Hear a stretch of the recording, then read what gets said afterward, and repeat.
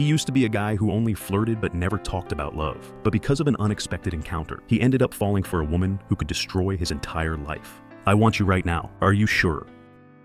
Yes. The girl's name was Tessa. She was just an ordinary freshman in college, but she never imagined that on her very first day on campus, a strange man would bizarrely appear in her dorm room. Excuse me. I think you walked into the wrong room. But the man insisted he hadn't. Then, without a care, took out a key to Tessa's dorm. Tessa was instantly stunned. She had no choice but to ask the man to wait in the hallway so she could get dressed. But unexpectedly, the man said something shocking. Don't flatter yourself. I didn't even look at you. And that's when Tessa realized that the man was none other than Hardin, the campus heartbreaker. Her heart trembled immediately, because Hardin's name, even though it was Tessa's first day at school, was already infamous. So without hesitation, she turned down her roommate's party invitation, with Hardin not wanting to get involved. With those two unpredictable people she never expected, that as she was about to leave, Hardin started judging the book in her hands. The Great Gatsby. Might be a good book, but in the end, it's just a big dream. Tessa felt a spark of anger, but before she could defend the book she liked, Hardin walked away with a mocking smile. Little did they know, that was just the beginning of their story, because the very next day came quickly. While studying in a coffee shop, Tessa saw Hardin again.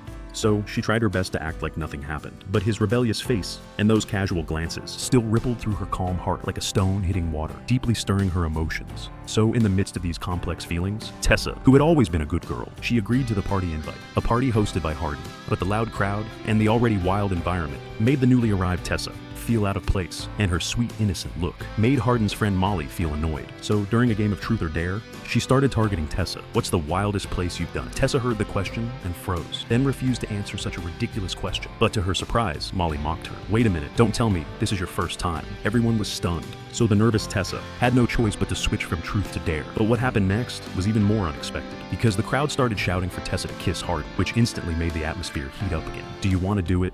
Tessa was immediately speechless. Then, looking at Molly filming nearby, she turned and walked away without looking back. After all, in a world of crows, the existence of a swan is already a mistake. And after she left, Molly smugly recorded Hardin's awkward moment, unaware that this would soon change all of their lives. Soon, feeling upset, Tessa called her boyfriend back home. But she didn't mention what had just happened. She said she had a few drinks at a party with her roommate, yet that still made her boyfriend upset. Okay, so you went to college, and now you're drinking too. That's just great.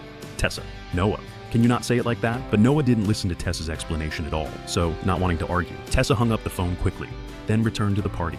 But she unexpectedly discovered an empty bedroom, and inside were piles of her favorite books. In that chaotic and wild environment, she suddenly found a sense of peace. But just as she was absorbed in reading, the rebellious-faced Hardin suddenly appeared behind her and quoted directly from the book, "He is more myself than I am. Whatever our souls are made of, his and mine are the same." That's when Tessa realized this was Hardin's room.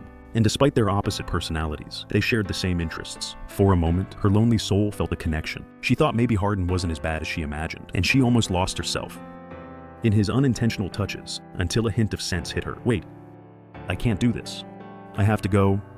In the end, she pulled back from the edge, escaping before making a terrible mistake. But even so, the moments with Hardin still lingered in her mind, so much so that even when replying to her boyfriend's messages, she seemed half-hearted. It seemed that this long-distance relationship was already creating an unbridgeable gap. But even so, the unexpected was far from over, because in the next day's literature class, when the professor asked everyone their thoughts on love, different beliefs made the already tense pair argue once again. Love is just a transaction. Hardin firmly believed that the essence of love is desire and trade, something controllable, something that can change. But Tessa's view was completely different. This created an unbridgeable gap between the two of them. Even when Hardin chased after her and tried to make peace, it was useless, because Tessa told Hardin, no matter how he felt, he shouldn't think about it. After all, she already had a boyfriend. Then she, without holding back, told her friend Landon how much she disliked Hardin. But Landon's words took her by surprise. My mom is dating Principal Scott. Principal Scott is Hardin's father. His dad is the principal. Yeah, Tessa was completely stunned. She never imagined that rebel-looking Hardin actually had such a prominent background. But before she could think more about it, Hardin showed up again the next day. Hi, I can't stay away from you.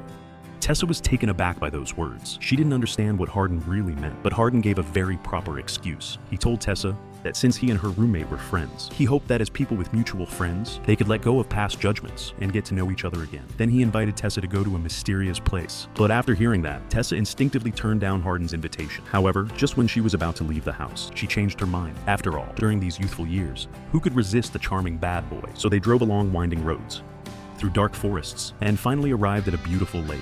This was Hardin's secret spot he had never shared with anyone, but now he shared this secret with Tessa. Then, under Tessa's surprised gaze, he jumped in and invited her to join him. "Come down." Tessa initially wanted to refuse, but couldn't resist the heat in Hardin's eyes. In the end, she changed into Hardin's shirt, and her bashful look, like a flower emerging from water, completely stunned the experienced Hardin. So he gently led Tessa into the water, letting their wall break down to soften again. And under the blue sky and white clouds, these two young people, drawn to each other, finally broke through the restraints of convention. "I thought you just wanted to be friends." I don't think we can just be friends." Then they kissed passionately, making the world fall silent around them. Only the cool lake water and the afternoon breeze remained. In this beautiful moment of youth, they painted a scene that would never be forgotten. And after coming ashore, the conflicted Tessa quietly held Hardin's hand, as if, deep inside, she had accepted this rebellious man. Then they went to a dimly lit bar. They freely talked about the fun things in life, and the beauty in each of their worlds, like old friends with nothing to hide. But just as the two were enjoying their sweet moment, Molly, who had kissed Hardin passionately at the party, suddenly showed up, and the unusual connection between them immediately caught Molly's attention. So she eagerly declared her claim over Hardin by placing her hand on his broad back and asked him to stay with her. Even though Hardin refused, it was no use. In the end, he had no choice but to let Tessa leave. Tessa was stunned. She couldn't believe that the man who had just been so affectionate could change so quickly. After waiting at the door for a long time, Tessa finally found the chance to tell Hardin that she wanted to be honest with her boyfriend about the two of them, but she never imagined Hardin's response would break her heart. "If you want to dump your little boyfriend, then do it. But don't say it's because of me." Tessa couldn't believe her ears, but Hardin told her he never dates and would never put his feelings into one girl. That pierced through Tessa's burning heart. Maybe the boy who fought dragons became a dragon himself, and every girl who tries to tame a beast will eventually become its sacrifice. But it also sent her into deep self-doubt, thinking maybe she wasn't attractive enough. So she started copying Molly's heavy makeup style and experimented with different looks until her boyfriend Noah arrived, surprised. "You, what are you doing here?"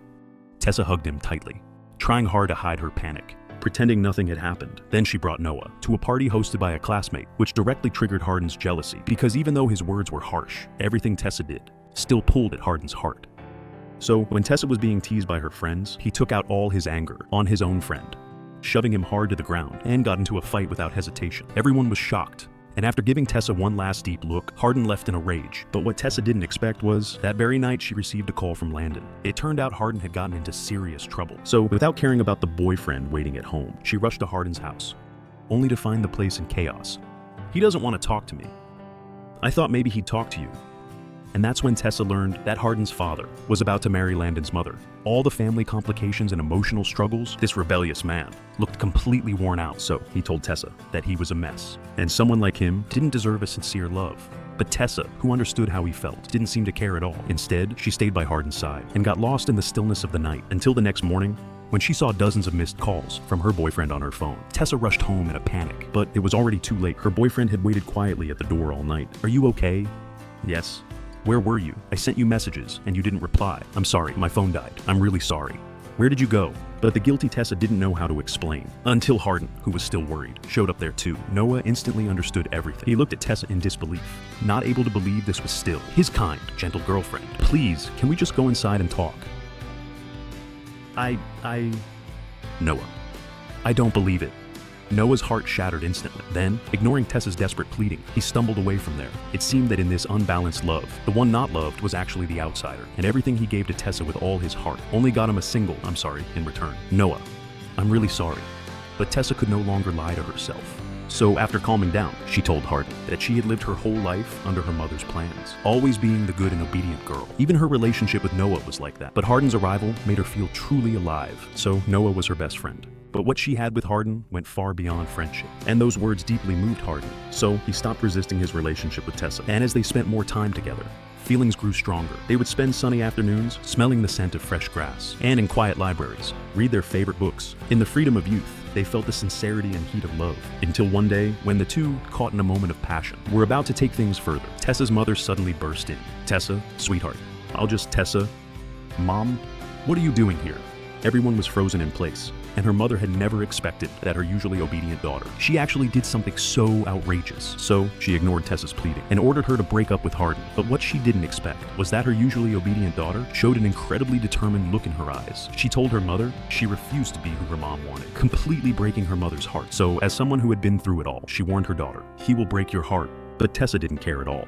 as if all the love in the world runs toward reunion. Only parents' love leads to separation. In the end, they slowly grew apart while growing up. Later, a heartbroken Tessa went to find her friend Landon, but she didn't expect that even though he was Hardin's half-brother, Landon still advised Tessa to be cautious. Hardin is complicated. Yes, I know. But he's different when he's with me. Seeing this, Landon finally stopped talking. After all, young love is always ignorant and fearless, and Tessa, in the joy of happiness, began living together with Hardin.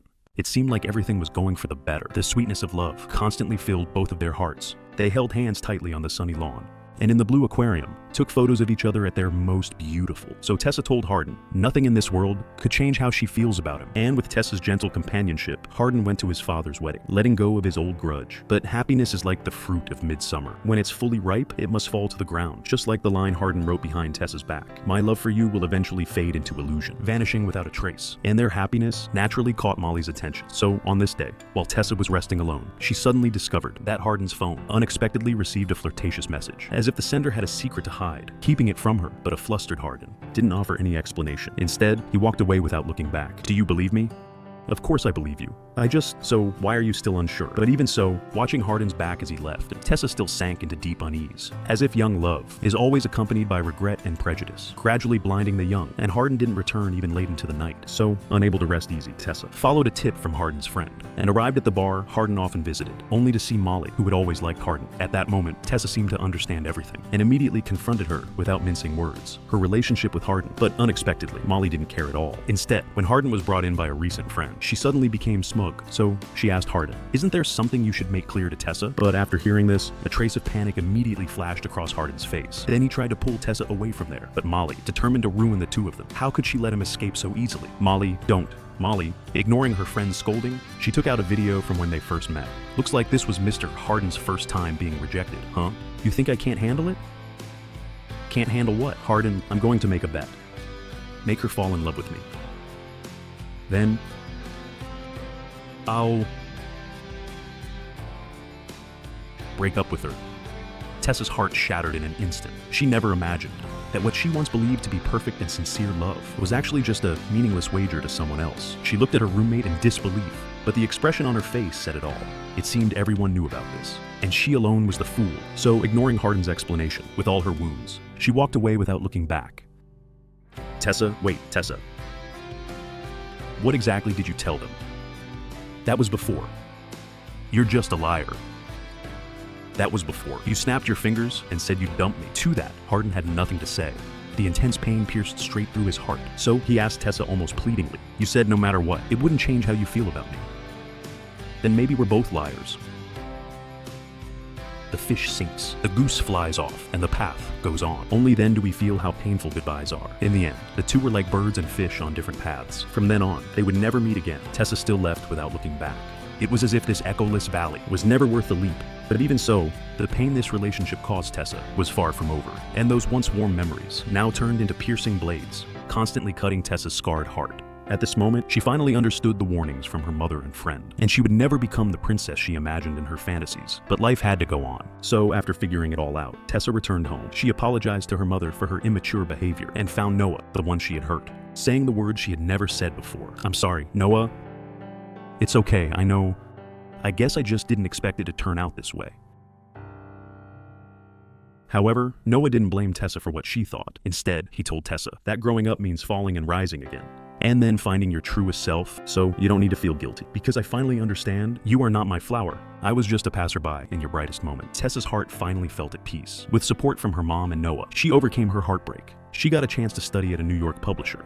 But what she didn't expect was that on the day before her departure, her mentor handed her a thick file folder, and upon opening it were photos of her first date with Hardin and a heartfelt letter. Hardin told Tessa, maybe lasting love isn't about staying forever. Jane Eyre embraced quiet love, and love is not a trait of desire. It's more like the vitality flowing through our veins. And every morning, the cicadas singing with the scent of grass mixed with soil is the greatest miracle this world has to offer. So he was like a hedgehog, pulling out all his sharp quills, and came back to Tessa's side again. But like the stars tonight, not the ones from last night, even though time and love can heal everything.